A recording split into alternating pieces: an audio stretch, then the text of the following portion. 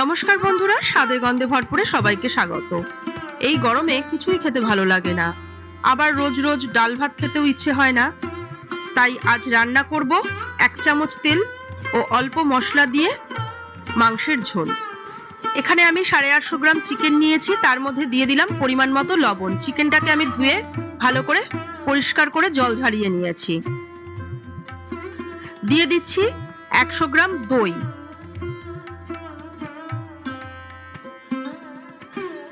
দিয়ে দিচ্ছি 1.5 চামচ হলুদ গুঁড়ো, 1 চামচ রসুন বাটা, 1.5 চামচ আদা বাটা, 1 চামচ ধনে গুঁড়ো। সব মশলাগুলোকে দিয়ে আমি ভালো করে আগে মাখিয়ে নিচ্ছি। হাত দিয়েই মাখাচ্ছি, হাতটা আমি ভালো করে পরিষ্কার করে ধুয়ে নিয়েছি। এবার দিয়ে দেব 2টো মিডিয়াম সাইজের পেঁয়াজ কুচি। পেঁয়াজটাকে আমি খুব ঝিরিঝিরি করে কুচি করে নিয়েছি। যেহেতু মাংসের মধ্যে পেঁয়াজটাকে আমি ভেজে দিচ্ছি না, তাই পেঁয়াজটাকে খুব ফাইন করে চপ করতে হবে। পেঁয়াজটাকে ভালো করে মাংসের সঙ্গে মাখিয়ে দিচ্ছি। এবার দিয়ে দেব 1 চামচ লাল লঙ্কার গুঁড়ো আর 1 চামচ কাঁচা লঙ্কা বাটা। কাঁচা লঙ্কা বাটা আর লাল লঙ্কাটাকে দিয়ে আমি ভালো করে মাংসের সঙ্গে মিশিয়ে দিচ্ছি। মাংসটাকে আমি 1 ঘন্টা ম্যারিনেট করে রেখে দেব। এখানে মাংসটা 1 থেকে 2 ঘন্টা ম্যারিনেট করে রাখলে ভালো হয়, যেহেতু আমি এটা প্রেসার কুকারে রান্না করব। মাংসটা ম্যারিনেট করা হয়ে গিয়েছে, এবার 1 ঘন্টা চাপা দিয়ে রেখে দিচ্ছি। 1 ঘন্টা পর আমি ম্যারিনেটেড মাংসটা নিয়ে এলাম। একটা প্রেসার কুকার বসিয়েছি, তার মধ্যে দিয়ে দিচ্ছি বড় চামচের 1 চামচ সর্ষের তেল। এই 1 চামচ তেলেই কিন্তু আমি রান্নাটা করব। তেলটা গরম হয়ে গিয়েছে, এবার দিয়ে দিচ্ছি কিছু গরম মশলা। এর মধ্যে দিয়ে দিয়েছি 2টো এলাচ, একটু দারচিনি, 3টে লবঙ্গ আর অল্প জয়িত্রী। এলাচটাকে আমি ফাটিয়ে নিয়ে দিয়েছি।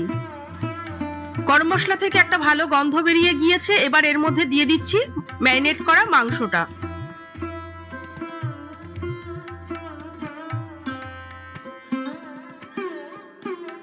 মাংস দিয়ে ভালো করে আমি কষিয়ে নেব।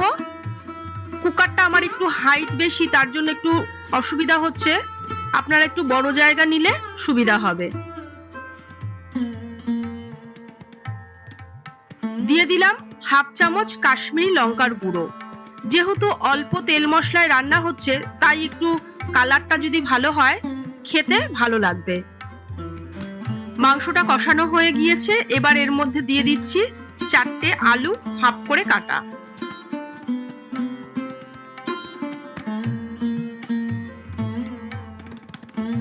দিয়ে দিচ্ছি পরিমাণ মতো গরম জল। মাংসের ঝোলে সবসময় গরম জলই ব্যবহার করবেন। গরম জল না দিলে মাংসটা কিন্তু সিটিয়ে যাবে, খেতেও ভালো লাগবে না ঝোলটা। আমি এখানে আমার প্রয়োজন মতো জল দিয়েছি, আপনারা যতটা ঝোল রাখবেন ততটাই দেবেন। এবার প্রেসার কুকারে ঢাকাটা আটকে দিয়ে একটা সিটি দেব মিডিয়াম আঁচে। সিটি পড়ে গিয়েছে, এবার খুলে নিচ্ছি প্রেসার কুকারে ঢাকাটা। ঝোলটা দেখতে কত সুন্দর হয়েছে দেখুন। কেউ খেয়ে বলতেই পারবে না 1 চামচ তেল দিয়ে আর অল্প মশলা দিয়ে এটা রান্না। দিয়ে দিচ্ছি 1/2 চামচ গরম মশলা। সার্ভ করে দিয়েছি মাংসের ঝোলটা। খাবার টেবিলে বসে যদি আপনি না বলেন যে এটা 1 চামচ তেল দিয়ে রান্না করা, কেউ খেয়ে বলতেই পারবে না। আশা করি রান্নাটা আপনাদের ভালো লাগবে।